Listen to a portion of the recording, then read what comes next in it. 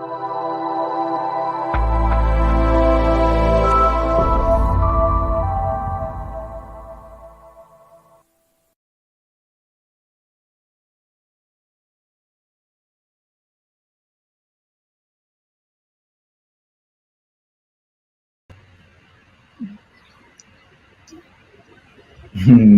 ladies, and hello to everybody watching this video today. I am really excited to share this space with three wonderful, powerful, inspirational women that I am very closely, intimately relating with, as I see them all as mothers and aunties, which they all are to me personally. And I'm so excited to have this conversation around women, which I have no involvement in, but I'm excited to be able to share this video and this platform to the voices of these incredible, inspiring women in my life.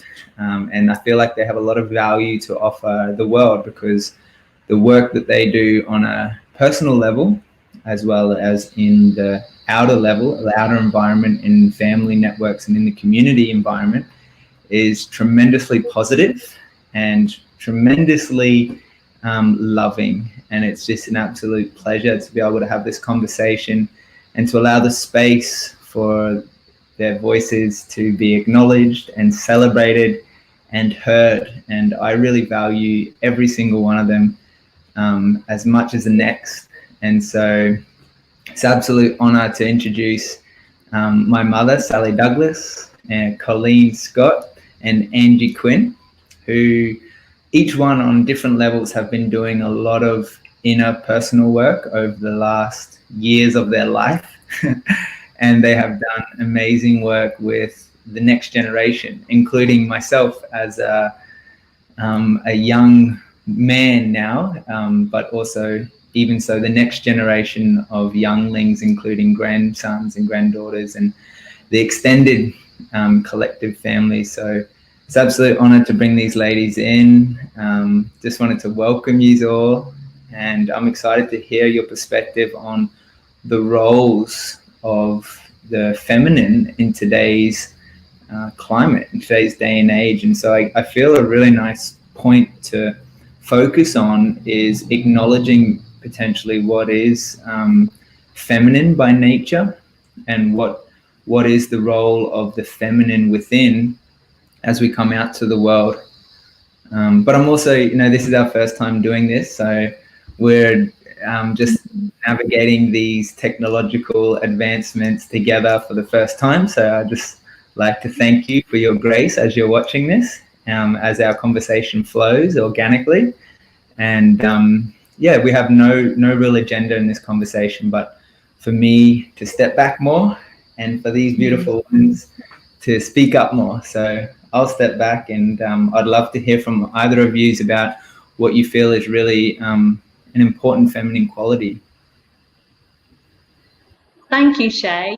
I really appreciate the fact that you're honoring and respecting us to actually give us this opportunity. So from my heart, I really want to show deep gratitude. It's a real honor, so thank you.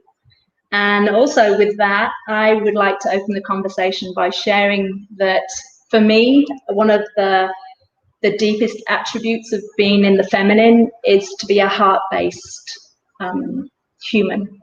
So that's where I'd like to start from my perception. Yeah, I think definitely heart-based, and that perception out there, that feminine role being, creating community, giving birth, nurturing. So coming from that place of compassion, heart opening, like Sal had mentioned already, being able to communicate and have conversations so that we can rise up to the best ability in our own lives, and then support those around us to be able to do the same. I think sometimes there can be confusion about, the masculine and the feminine, and, that doesn't mean like gender male or female. I think we all have that, and it really comes from that nurturing connected space that we were all capable of living from, and just honoring that and exploring that a little bit more, whether that's in, you know, our own lives, our relationships, our families, our communities, and you can take it to the greater extent of, you know, politics or business, all the other realms as well. Well said, Cole. I'd have to agree. The feminine for me. Oh, firstly, thank you, Shay. It's an honour to be in your sacred space, and I feel very privileged to be invited along with these beautiful women, but beautiful women who have been influential in my own life as well, and supported me through my own feminine growth. And I think the feminine, you know, we go through so many different stages, and there's so many different aspects, and I think one of the qualities of feminine is we're so adaptable to change, and we're faced with so much change in our lives.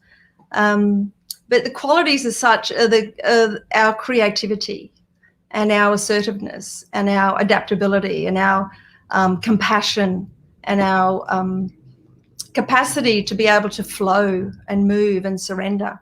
And I think the feminine side of things is a more spiritual, emotional side. Like the girls have said, it's a more heart-based, heart-centered orientation, I think, is a good word. And as Colleen suggested, that we each have that masculine and feminine within us as part of our feminine essence, as the male gender does as part of their masculine essence.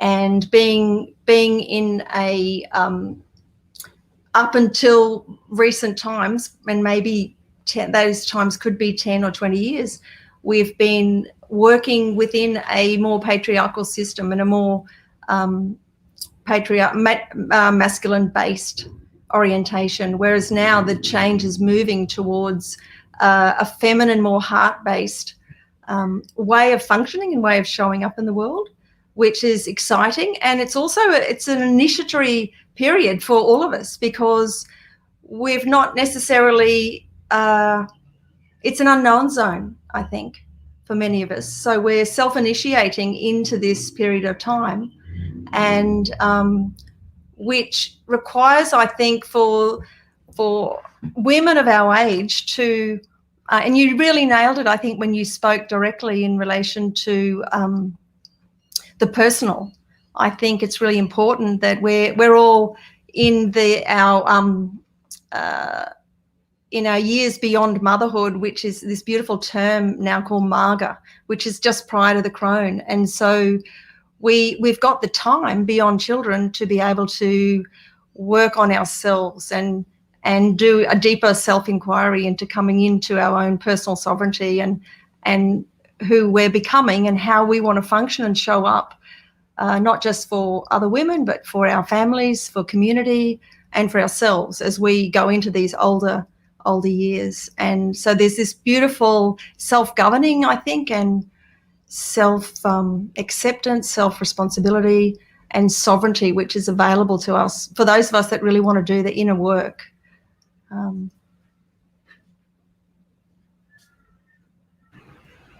Being at this phase of life also is knowing thyself.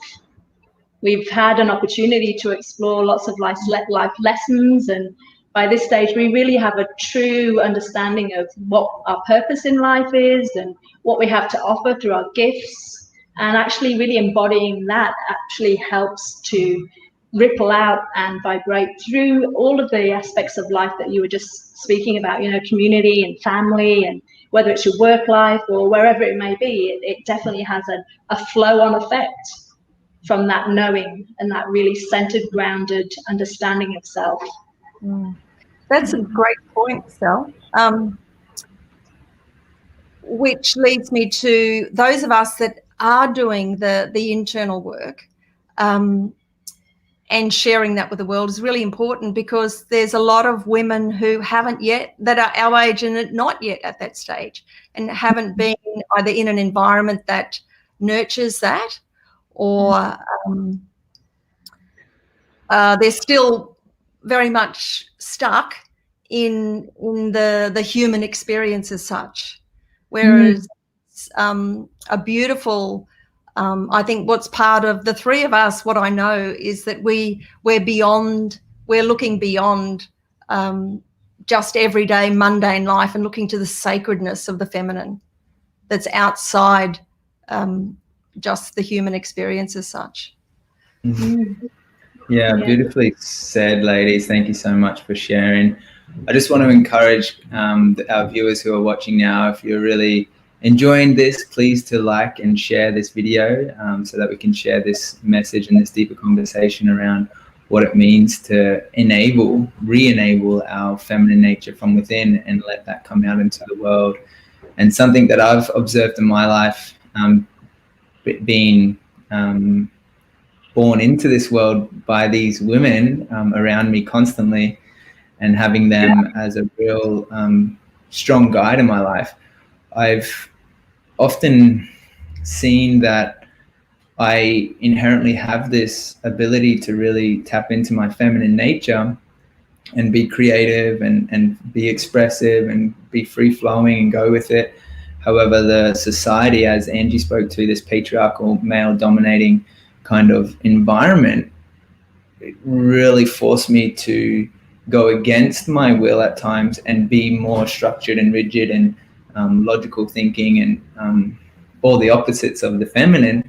And so what I'm curious to explore, particularly not just for me on a personal level, but also collectively in terms of what we're evolutionary moving through at this time, and this huge shift that's happening in conjunction with our astrological alignments and the awareness of our consciousness shifting.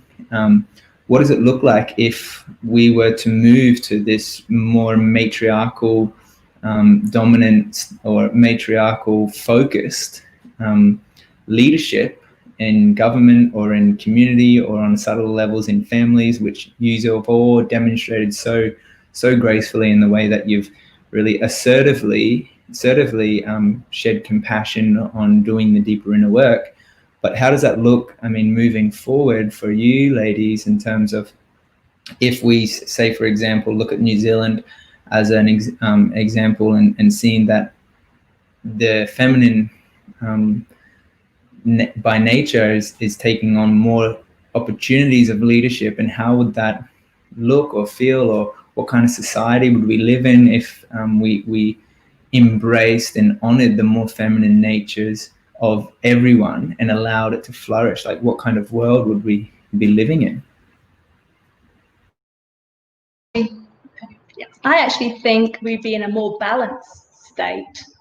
So if we could navigate life, even in our own personal way of being, if we can balance both the masculine and feminine within ourselves, and action and allow in circumstances, if we've got that much self-awareness that we can use our action state, which is predominantly a masculine doing, whilst we're coming from that creative, heartfelt center, the more that we can balance the two, the more productive I think we'll probably be, the more fruitful and abundant I think we'll be. I think to me, it looks like a heaven on earth scenario where we'll have the extreme optimum of being human. Yeah, I feel like it's more of a case of bringing things back into balance as opposed to something being more dominant than another. So when we're honoring the positive, amazing aspects of both the masculine and the feminine, I think that does create an opportunity for more connection, not just like within within your families or your relationships, but with the earth, for example, too. I think that there's more awareness around the sacredness of everything and how we have to be mindful about where, how our actions are impacting other people, the environment, and creating systems that are much more inclusive, because we're coming from that understanding that anything that we say or do has this ripple effect all around us, and we have that responsibility. I really feel, especially stepping into this, as Shay called it, the emerging elders phase, being able to help create a little bit more guidance and having people step into that wisdom and be in that space of self-awareness. And when we're in that place, we are actually contributing more from creating as opposed to a reactionary or triggered wound space as well. And I think that is going to make, you know, I can see your vision, so just that, you know, the heaven on earth aspect of we've got, you know, the human and the sacredness, the masculine, the feminine, understanding that we're all connected environmentally, and, you know, within relationships as well, and the beauty that can actually arise from that, the growth opportunity, and whether that's abundance and prosperity or joy or connection, all of the above. Yeah, I'd have to agree, ladies. Particularly so in relation to moving into a space of understanding we're androgynous beings, which is the merging of our own inner masculine and feminine, and it not being separate. The characteristics or the traits, we can look at them individually, and we can, I think the issue could be to box ourselves in, and it may have been, we have been boxed in. But now there seems to be more room and more space for the merging of the inner masculine and feminine, as you said, Sel, to come into more wholeness within ourselves. And then in the merging of that, it's a natural progression to be more compassionate in our action orientation, in taking inspired action from a place of, in relation, I think one thing that came up when you were speaking, Cole, was the respect for the earth, because Mother Earth is the divine feminine as we know it, and really our honouring and is to her, and regardless of whether we're male or female. And I think the impact that the a more matriarchal system that would have on the world would be, as you said, Cole, more communication, more cooperation, more collaboration within. We like those C words. They're the good C words. Yeah, that's right. That gives us all more confidence in our leaders as well. You know, our leadership would then change to a more compassionate-based, heart-centered leadership as a natural progression of the divine feminine coming through not just women, but coming through the masculine. And I think this is really important, and I'll steer the conversation maybe for a minute or two towards how we raise our sons. Yeah, and nice. So, you know, you would have felt I can't see Shay on the screen right now, but he would have felt the impact of, he would have felt the impact of being raised by a conscious woman, and within a conscious family that had respect for the human experience and had respect for the land and had respect for elders.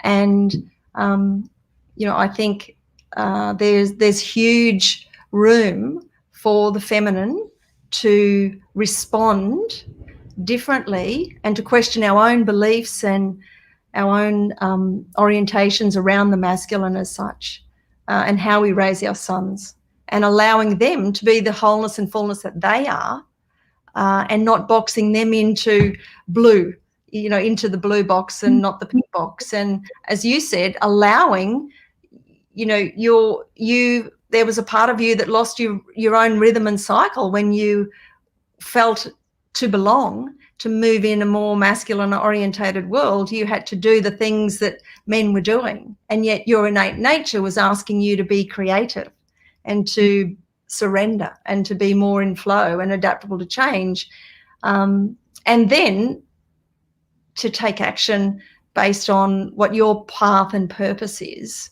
with these the balance of these beautiful qualities of the masculine being focused and disciplined and action oriented. I think that's kind of an important point in relation to us as the feminine, how we raise not just our daughters, but how we raise our sons, which is a huge conversation. Yeah, that's just taking it into that's for another day. Happy to steer back to where we were, but just wanted to throw that in because it's part of my passion. Yeah, that's I can really appreciate that, Angie and Colleen and Mum. Thanks for sharing. Particularly, I think it's really a valid conversation to speak to around how we treat and raise young men and sons and grandsons and nephews and all people essentially in the world. Coming of age can be super interesting in today's climate. I think to my sister Sorsha, who's just had a young little fella, and Ziggy Douglas Hart, his name is, and how much joy he brings to the world. And even when he's in his flow of the masculine and the feminine, and he's just exploring and creating and in this total imagination, and how much just unconditional love there is for that young fella, and what it takes just to bring that sense of wholeness, given the circumstances of everything that we're facing today, as certain challenges arise, as unpredictable, unforeseen kind of, potential roadblocks that might appear for people. Just being aware of what's going on in my sphere in Far North Queensland, a lot of challenges and maybe unexpressed or unresolved emotions that are coming to the surface, or a lot of things coming up for people around things from the past that might be returning patterns. What I appreciate what you ladies were sharing, which, correct me if I'm wrong, what I'm hearing you express is like the feminine within would just be able to acknowledge and accept and surrender and have that deep sense of compassion for these challenging times and for these roadblocks and for the things that are coming through for people as they arise to the surface, which I think is really valid and really nice perspective on looking at the challenges that we're faced with. Because it's something that I appreciate what you shared around the environment, which is really a passion of mine as well. Is it's like, okay, if we first can acknowledge, for a long time, we've essentially raped and pillaged and destroyed Mother Earth. And I also, in my experience, in my life, I haven't, maybe in my younger years when I've been in that very masculine dominated environment, not necessarily respected the feminine qualities as much as I really should have. And so having the shifts and seeing the parallels of the worlds on a macro and also on a micro, I guess, what does it really take if we are to really turn things around and go from one pendulum to the other? And you all spoke to the finding the balance, because both worlds are much of the same. However, to just acknowledge and see that we're on this trajectory, we're on this kind of dance and flow between sometimes more masculine, sometimes more feminine, and swinging from the both.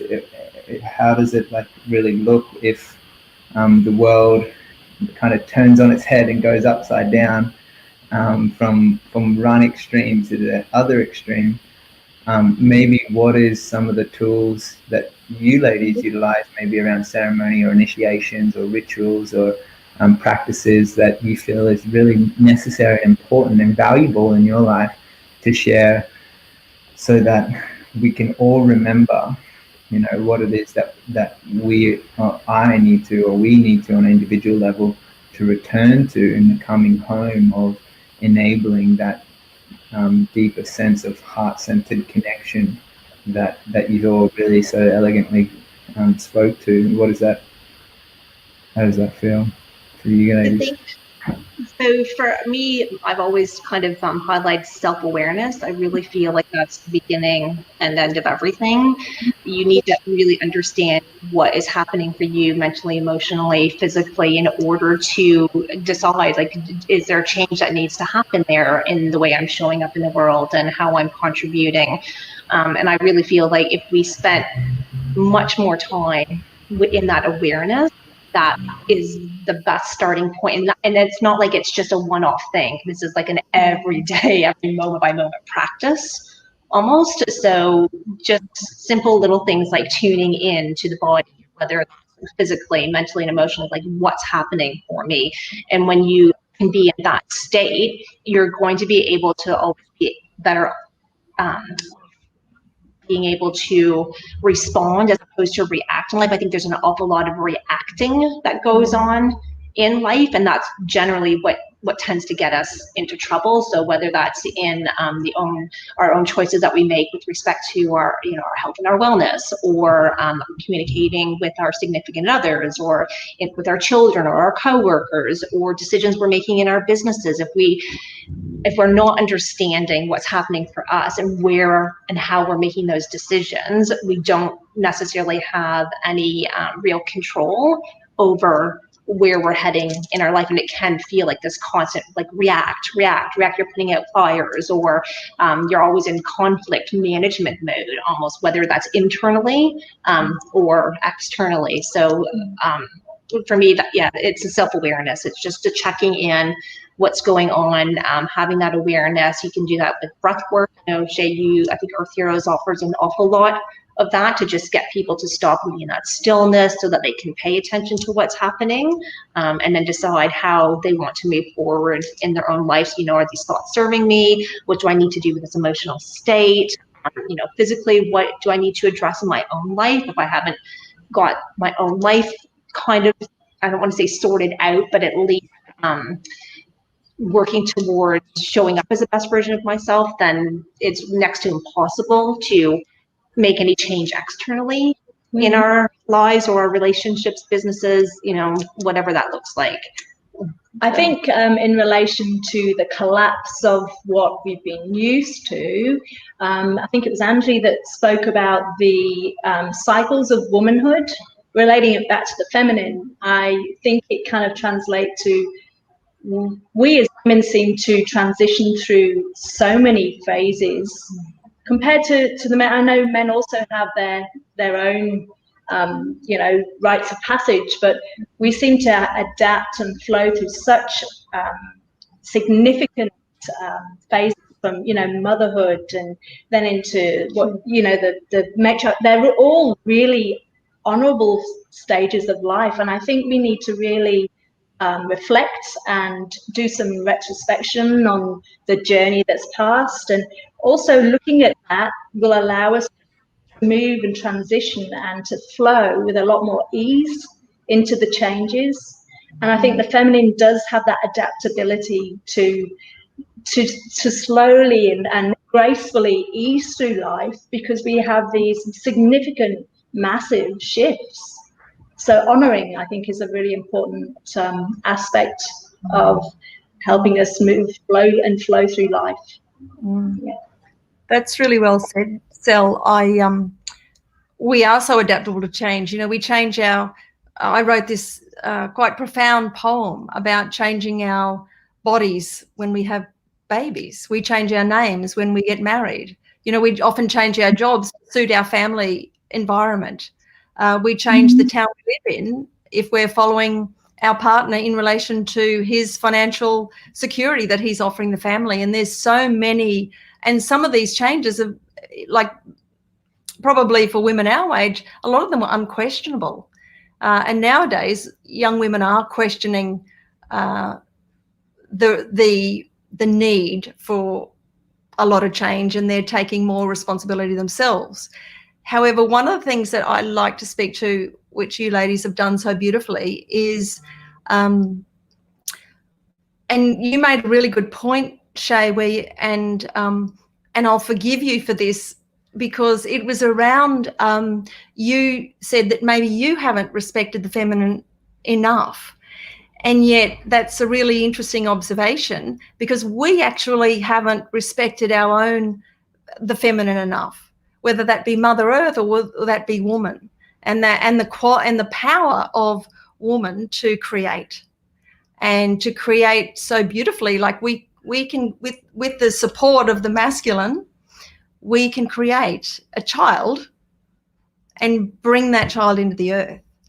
And I'm not aware of any other existence with that capacity, but I'm sure there is. But in this human dimension and in this human field, to honour the sacredness of the birth of the individual, and to honour our creative space, and one of the other most incredible qualities of the feminine, which is in both men and women, is intuition. And Cole was speaking to us being reactionary. When we're embodied, and some of these practices and these sacred spaces that women create, and we honour ourselves in ways whereby we come through embodiment practices, and we come back into our bodies and remember who we are. And whether you're a masculine, like for the woman, it's our womb, and it's where we cultivate so much of our wisdom, and we can get out of our heads in that reactionary state and be more vertically aligned, and tap into not just our hearts, but our creative space, our womb space, and trust that as being and for men it's called the hara, and it's in the reproductive area within our bodies, and trusting the innate infinite capacity for our own body wisdom to guide and navigate us through life and through some of our decision makings. And maybe if this was filtered through into leadership areas, there would be less war. There'd be, less rapage and pillage of the earth, because our decision making would be more heart-based and more compassionate-based and more surrendered to, and also giving the power to the earth. Like Mother Earth knows what she wants. She's screaming at us. She's telling us exactly what she wants, And so what if we would just sit with Mother Earth and listen through the wisdom of our bodies, and make a lot of our decisions and how we function in the world, and what's our next form of action, what's our call to action based on what's required of us as to serve, really. And we, in our age, we are in that enviable position of where we're wanting to give back to community as women. And so how may we serve not just ourselves, but how may we serve the women of all ages and stages? How may we serve the earth? How may we serve the masculine? Because I'd hate to think that we would tip it on its head and then become a matriarchal system, I'd hate to see. It would be concerning if women wanted to overpower and overtake and go into an either or, masculine or feminine, matriarchal or patriarchal, but to move alongside the masculine, and let's walk together hand in hand with all our learnings, all our mistakes, all the things that worked, and bring all of ourselves to the table without in more collaboration, and not have that competitive based trait that leads to that either or, win lose. But what would it take for us to create a win-win scenario for men and women to collaborate together in a new system that wasn't either or? Yeah. I can't hear you, girls. I can't hear. I missed that. What was that comment? I'll say what you were saying. I feel like you're speaking about harmonious union, which would really take us to that epiphany of the heaven on earth scenario. Yeah, and that union comes with the union within ourselves, that we have a balance within ourselves. We've embraced our own inner masculine and our own inner feminine. First and foremostly, but sometimes it's sort of, what came first, the chicken or the egg? And it really it's an internal and an external dance. Yeah. Let's not wait until we've got ourselves right. Let's just show up with, as the girls have said, self-responsibility, self-awareness, embodied, and Yeah. So beautiful. Thank you, ladies. Yeah, no, it's so good. I really appreciate it. Yeah, so elegantly articulated. That's beautiful. I really love listening to you and just admiring you in this moment. Thank you for joining me in this conversation. The second element that I feel to focus on around, which you've done a great job to explore, and the sense of emerging elders and what that looks like and that responsibility. And so just to give some context to this, I'm getting really excited because this year, first time ever, I've attempted to do anything like this, is to bring out a film which Colleen features in. And also another man, Dr. Bruce Lipton, features in. And I remember thinking back to just over a year ago now. It was the 1st of January 2020 it was. Now we're in 2021. And this was prior to anything, any bushfires in Australia, or prior to any lockdown situation in Australia.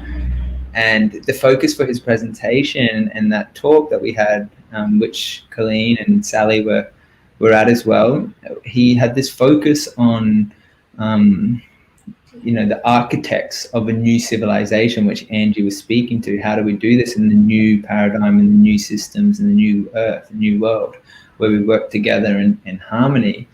And he had this emphasis on millennials playing a really key role, and it was kind of like this activation, which I felt really called and inspired by, where he was predominantly talking to the young people, but also acknowledging the role of elders with the wisdom and the guidance for the next generation, to give them that support, as Angie said, just give them that space and to be able to create what they feel is relevant for the world to move forward in a positive light.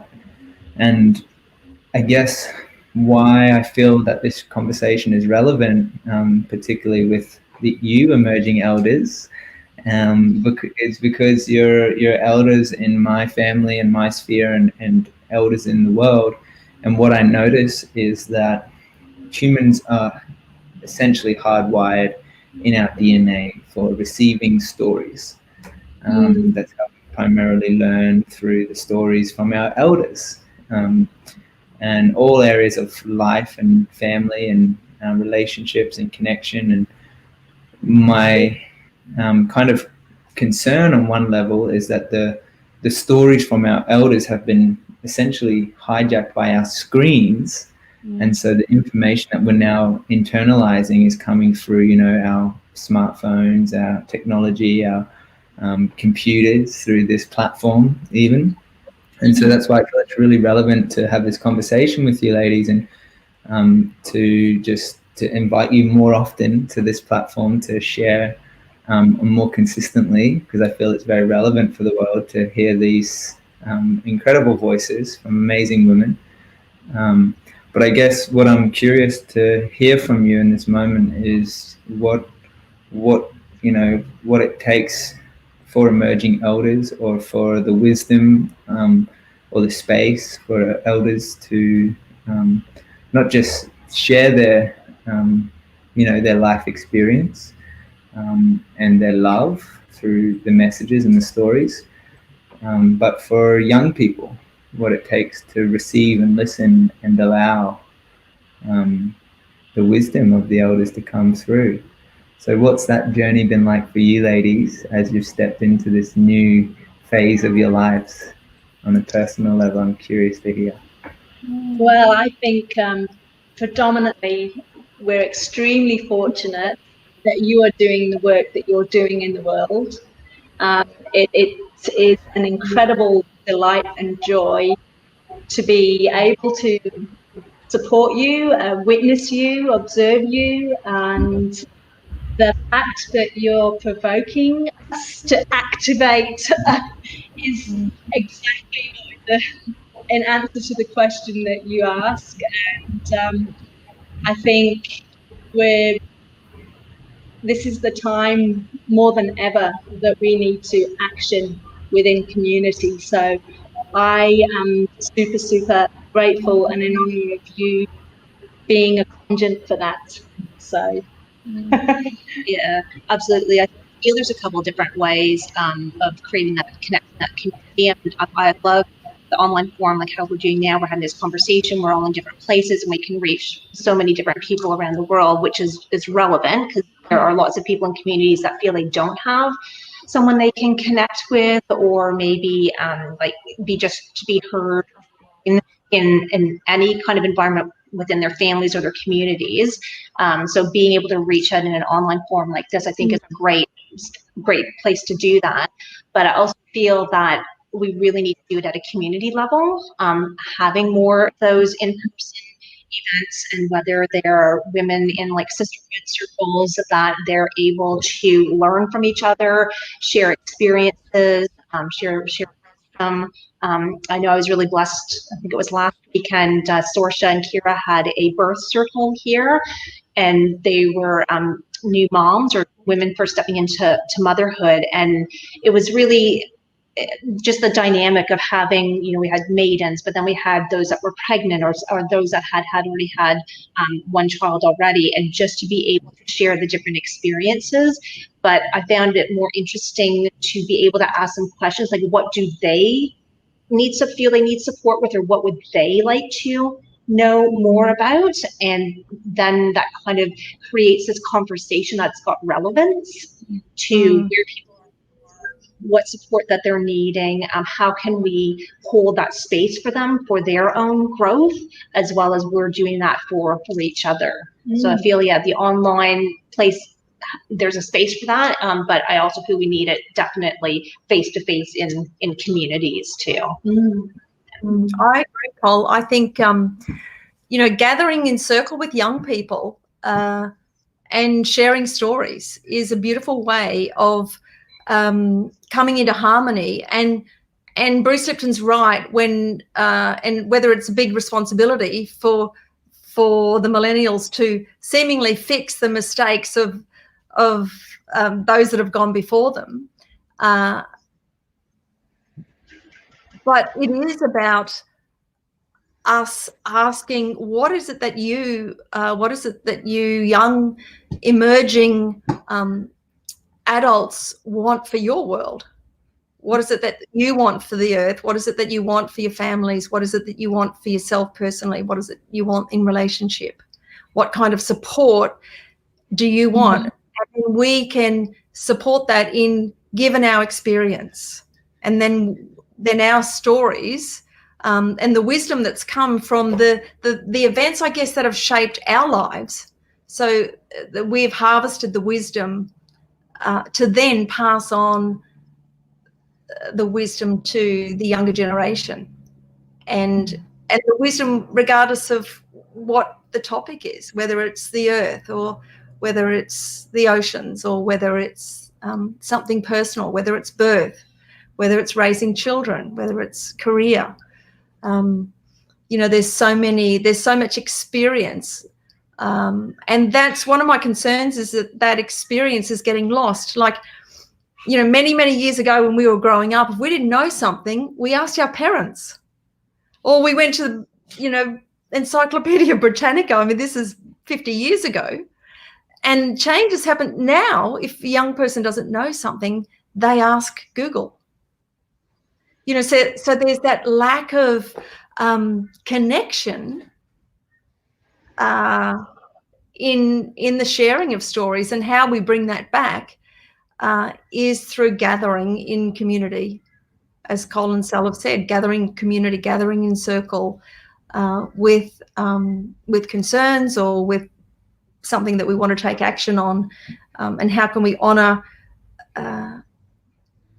what young people require for them to grow and express who they want to be in the world, I think. Yeah, thank you. That's beautiful.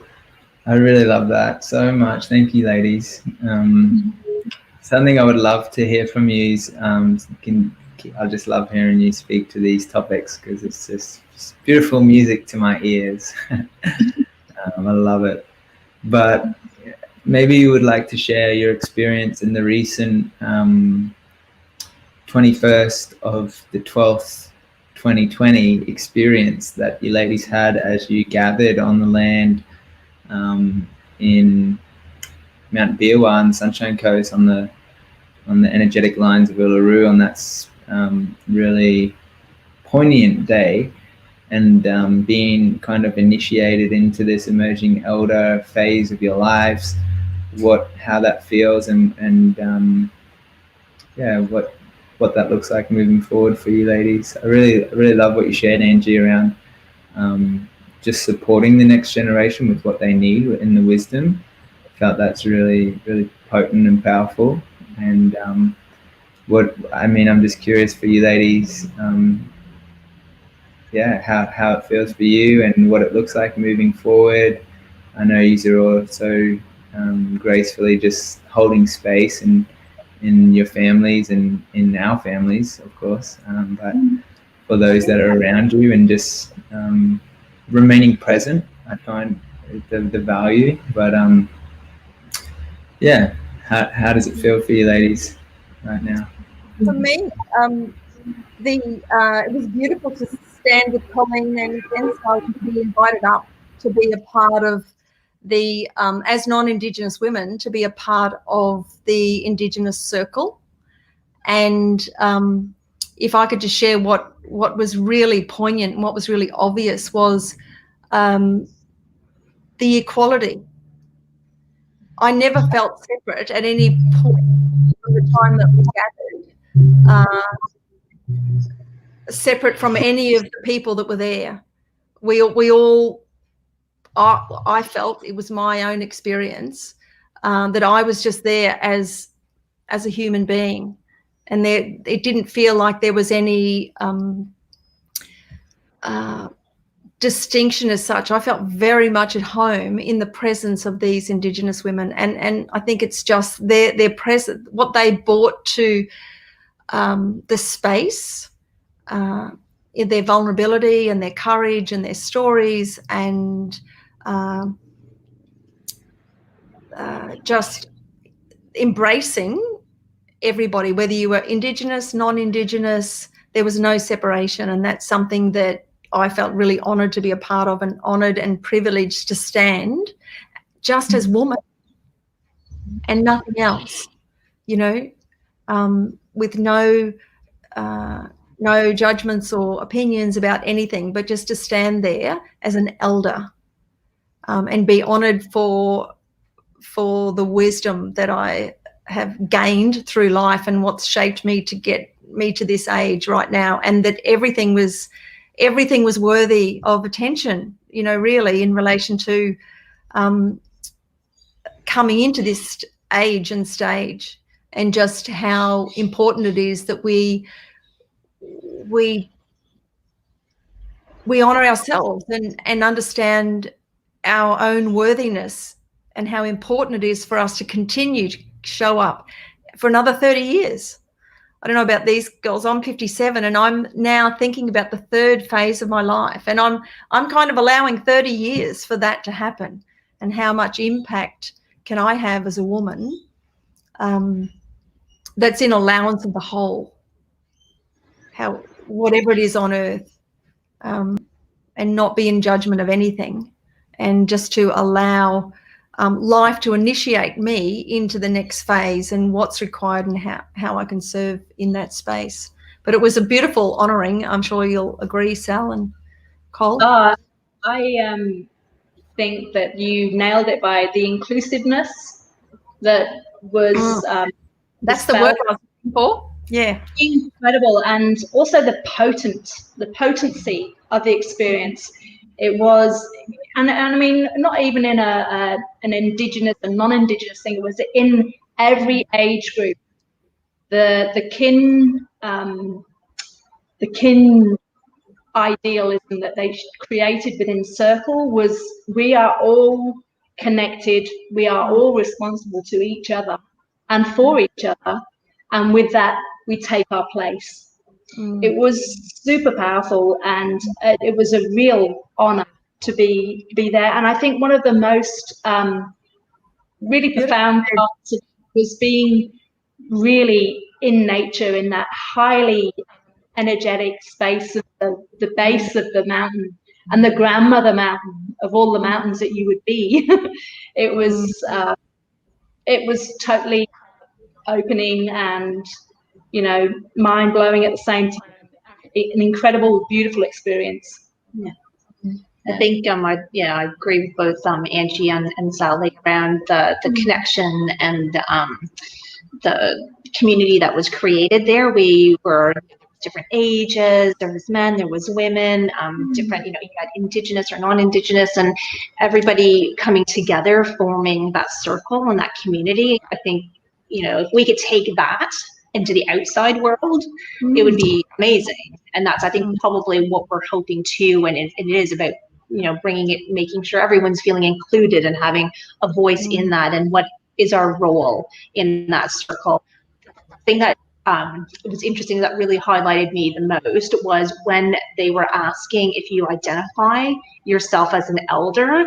It was probably the first time, I mean, I've been, you know, running circles and doing coaching, and I, you know, I love that kind of thing, and I always felt like that's just, you know, who I am, and that's just how I show up. But it was the first time I really felt like I was like, oh wow, gosh, maybe I am an elder. Like, and you know, what does that actually mean? And it took me a while to be able to go and stand there when they were saying, you know, if you identify as this, come and you know, join us out here. And I was like, I could feel this tug of war happening. I'm like, am I or am I not? Am I not?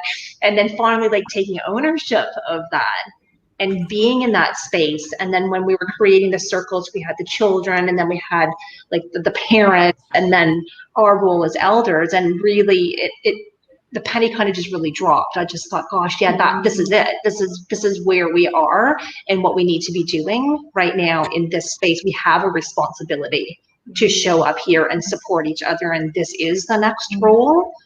So now, like, how do we want that to look, though? How can we actually be in those communities and be in that support role? And how do we help the next generation rise through all the different stages that they're going to be rising through? And can I just add in here and speak to, there's an incredible man called Stephen Jenkinson, and he wrote a book called Die Wise, and his other book is called Coming of Age, I think.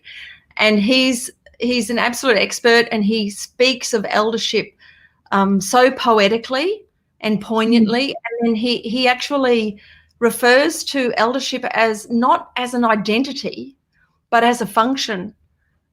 And so as the girls were initiating in their questions was, how do we show up?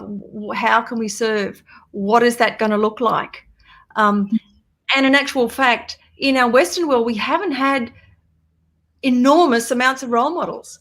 There's not been a lot of respect for the aging population in only preparing us to age in a way that we are going to get sick, and we are going to, instead of there's such aliveness, really, for those of us that are coming into this eldership. There's a lot where, you know, we're still young and vital, and to channel that energy into a more service orientated function, and not just identifying as an elder, but not so much what that is, but how that looks in the world.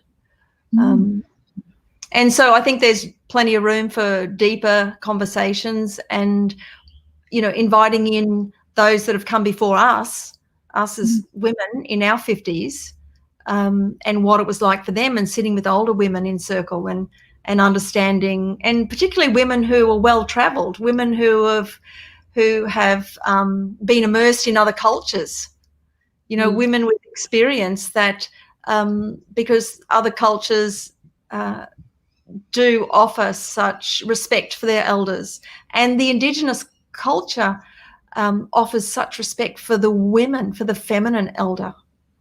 And did you notice, girls, that, you know, during that whole, it was run by women, but there was so much respect for women, and they each respected each other and each other's role that played. And whilst there was one speaker as such, I noticed that she was continually referring to the other woman, has anyone got anything to add? And really she was just the voice on the microphone, but everything was included. Yeah, it definitely felt like it was some kind of an initiation into stepping in and respecting and honoring people of life. It was really, and I think, yes, Sal, I agree. And I think and it could be up to us to create these rites of passage. You know, and the elements around a rite of passage is one of the elements around a rite of passage is storytelling, and it's challenge, and it's taking us out of our own environment. Now we've all seemingly left our own environments of motherhood, and now we're in this zone of, how do we want to contribute now? So the elements of a rite of passage is, one, take a person out of their own environment, which we are. Our natural environment for the last 20, 30 years has been raising a family. And then the second one is, let's tell stories about how we've, what's shaped us up until now. And then the third rite of passage is a challenge, how life is challenging us as we look into our own futures, or how life challenges us to stay present within ourselves, or how do we reflect on our past and heal from any of that wounding. And then the fourth element of a rite of passage is around witnessing each other in all our humanness and in our experience as woman, or as elder, as woman, as man, as elder. And I think maybe the answer is to create a more defined space for people to show up, to come into more self-responsibility around their role as they move through eldership, and that be it's just like, you know, a baptism or a whatever, or a marriage, or a ceremony. A ceremony to bring us into. And Shay, you know, I was so inspired even just this morning, having a little bit of a thought about this sort of stuff, and I think you've really evoked a much deeper inquiry and a lot more questions and a lot more ideas. I can feel the juice in your bellies, girls, around, you know, what we could create, because what a contribution we could be to not so much young people, but to people our own age who are lost and who are looking for something. They're looking for community. And it doesn't have to be, we don't have to be out there in the community, you know, doing a lot of things. Like, it could be that some people aren't able to do that. So how can they be a contribution to themselves, or to their immediate families, or, you know, in this age and stage of their lives? That's a big question.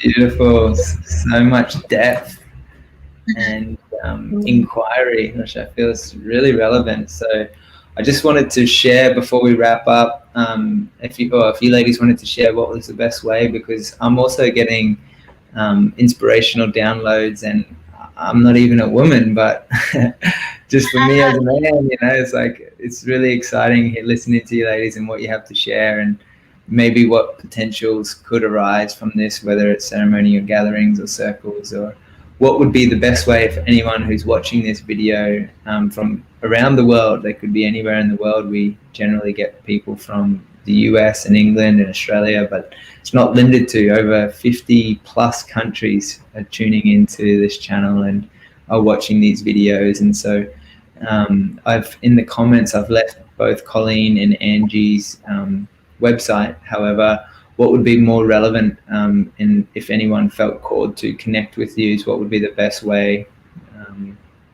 to reach out, or if there is that potential for people right now, if they wanted to connect and were inspired by what you had to share, or keen to explore maybe at even greater depth some of these topics that we've talked about today?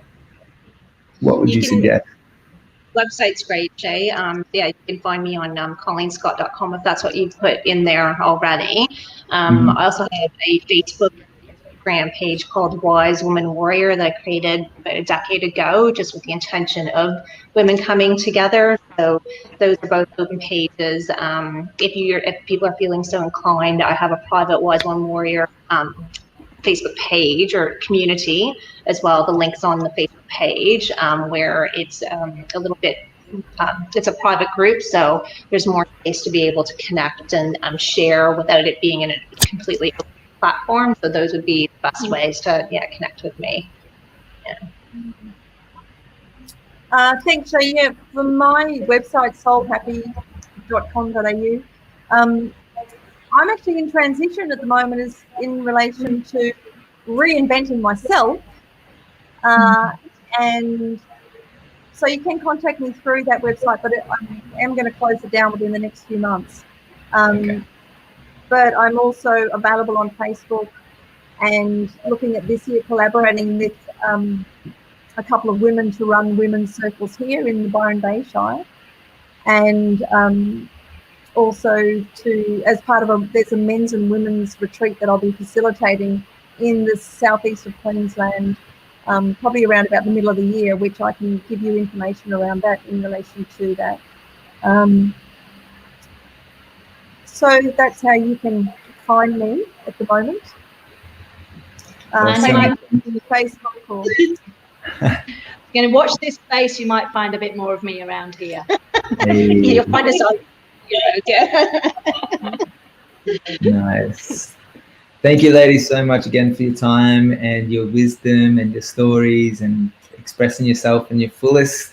Thank you guys for watching as well. Please share this video if you found value in it, and if you love these women just as much as I do, leave us a comment on what you found particularly interesting, and you might see a follow-up video interview style like this where we can just have the conversation around the roles of elders, the roles of diving deeper within and finding those feminine qualities within each of us. So just want to wish you a wonderful, wonderful day. Love you lots, and maybe see you next week. Thanks for the opportunity. Thank you, Shay. Big love, girls. Love you, girls. Thanks, Shay. Bye.